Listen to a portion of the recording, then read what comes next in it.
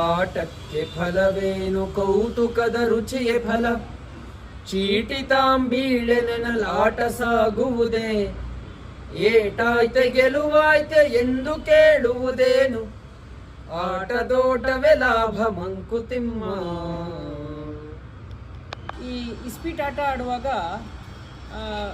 ಅಂದರೆ ಈ ಆಟದಲ್ಲಿ ಒಳ್ಳೆ ಕಾರ್ಡ್ ಬಂತಾ ಇಲ್ವಾ, ಅಥವಾ ನಮ್ಮ ಆಟ ಹಾಳಾಗ್ತಾ ಇದೆಯಾ ಇಲ್ವಾ, ಅದನ್ನೆಲ್ಲ ತಲೆ ಕೆಡಿಸ್ಕೊಳ್ಳೋದ್ರ ಬದಲು ಬರೀ ಆಟವನ್ನಷ್ಟೇ ಅನುಭವಿಸ್ತಾ ಹೋದರೆ, ಅಂದರೆ ಆ ಆಟವನ್ನು ಆಡ್ತೀವಲ್ಲ ಅದೇ ಒಂದು ರೀತಿ ಕೌತುಕದ ವಿಷಯ ಅಂತ ಹೇಳ್ತಾ ಇದ್ದಾರೆ. ಅಂದರೆ ನಮಗೆ ಮುಂದಿನ ಕಾರ್ಡ್ ಯಾವ್ದು ಸಿಗುತ್ತೋ, ನಮ್ಮಲ್ಲಿ ನಮ್ಮದು ರಮ್ಮಿ ಆಡ್ಬೇಕಾದ್ರೆ ನಮ್ಮದು ಸೆಟ್ ಆಗುತ್ತೋ ಇಲ್ವೋ, ಈ ರೀತಿ ಏನೋ ಒಂದು ಯೋಚನೆ ಮಾಡ್ತಾ ಇರ್ತೀವಿ.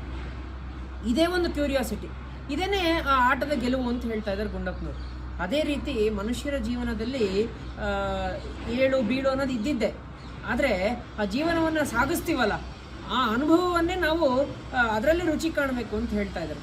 ನಾವು ಅಯ್ಯಯ್ಯೋ ಬಿದ್ದುಬಿಡ್ತೀವಿ, ಅಯ್ಯಯ್ಯೋ ನಾವು ಸೋತು ಹೋದ್ವಿ, ಇಲ್ಲ ನಾನು ಗೆಲ್ತೀನಿ, ಈ ರೀತಿ ಎಲ್ಲ ಯೋಚನೆ ಮಾಡೋದ್ರ ಬದಲು ಆಟ ಆಡೋದಕ್ಕೋಸ್ಕರ ಬಂದಿದ್ದೀವಿ, ಅದನ್ನೇ ಅನುಭವಿಸೋಣ ಅಂತಿದ್ರೆ ತುಂಬ ಸುಗಮವಾಗಿರುತ್ತೆ ನಮ್ಮ ಜೀವನ. ನಮಸ್ಕಾರಗಳು.